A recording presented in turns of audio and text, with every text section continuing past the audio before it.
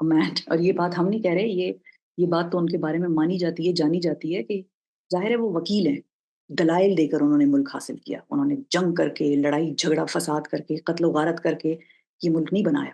وہ ٹیبل پہ بیٹھے ان کے ساتھ, انہوں نے ان لوگوں کو جو کہ اس وقت اتھارٹی میں تھے, جن کا حکم چلتا تھا, ان کو انہوں نے یہ سمجھایا بات کر کے کہ کیوں ہمارے لیے ایک الگ مملکت کی ضرورت ہے. اور ظاہر ہے یہ idea over the passage of time, جیسے جیسے ان کی یہ اسٹرگل آگے بڑھتی گئی, ویسے ویسے یہ آئیڈیا بھی ایوالو ہوتا گیا. He was also known as the best ambassador for Hindu Muslim unity. یعنی کہ وہ ہمیشہ سے بٹوارے پر یقین نہیں رکھتے تھے, ان کا ہمیشہ سے مائنڈ میں ایک بٹوارا یا لوگوں کو الگ کر دینا نہیں تھا مقصود, اس بات پر وہ بعد میں پہنچے. تو یہ ساری وہ باتیں ہیں جو کہ اس کتاب میں بھی آپ کو ملیں گی, اور اس پہ بڑی ریسرچ اس کتاب میں انوالوڈ ہے. اور میں یاسر لطیف حمدانی صاحب کو اس وقت سے فالو کر رہی ہوں سوشل میڈیا پہ, میں ان کو اس وقت سے جانتی ہوں جب سے انہوں نے, مجھے یہ معلوم ہوا کہ how deeply involved he is in this process, and یہ ساری ریسرچ انہوں نے کی. جناح صاحب کی زندگی کے بارے میں, ان کی پالیٹکس کیا کہتی تھی, آج فلسطین اور اسرائیل کا مسئلہ چل رہا ہے, اس کے حوالے سے جناح صاحب کا کیا موقف تھا. کیا وہ یہ کہتے تھے کہ 2 اسٹیٹ سولوشن ہونا چاہیے اسرائیل اور فلسطین کا, کیا وہ یہ مانتے تھے, یا وہ 1 اسٹیٹ سولوشن کے بارے میں بات کرتے تھے؟ وہ کیا تھا 1 اسٹیٹ سولوشن, کیا تھا, کس کو ملنا تھا, کیا وہ اسرائیل کی طرف جانا تھا, یا وہ فلسطینیوں کا 1 اسٹیٹ سولوشن پہ اعتبار رکھتے تھے, کیا ان کا یقین تھا, کیا ان کی مختلف فلسفیز تھیں. یہ ساری چیزیں یاسر لطیف حمدانی صاحب نے سمجھی ہیں, پڑھی ہیں, جانی ہیں, اور تبھی یہ کتاب جو ہے پائے تکمیل تک پہنچی ہے. This was a huge project, اور ظاہر ہے ایک بڑی ذمہ داری تھی کہ ایک شخص جو ہم میں موجود نہیں ہے ان کے بارے میں انہوں نے لکھنا ہے, تو ایسی چیز لکھی جائے کہ انصاف ہو اس پرسنالٹی سے جس کو دنیا مانتی ہے.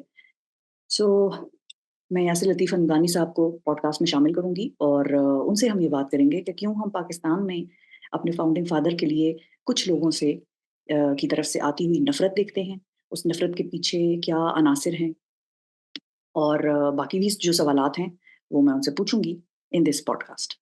جی, so barrister Yasir Latif Hamdani has joined us, اور جیسے میں نے آپ کو دکھایا تھا کہ جناح اے لائف کے آتھر ہیں یہ, اور ظاہر ہے دس مطلب یہ لیبر آف لو تو کہلایا جا سکتا ہے, لیکن لیبر آف لو میں پھر اچھا خاصا لیبر بھی گیا, because this is not a very easy subject to write on.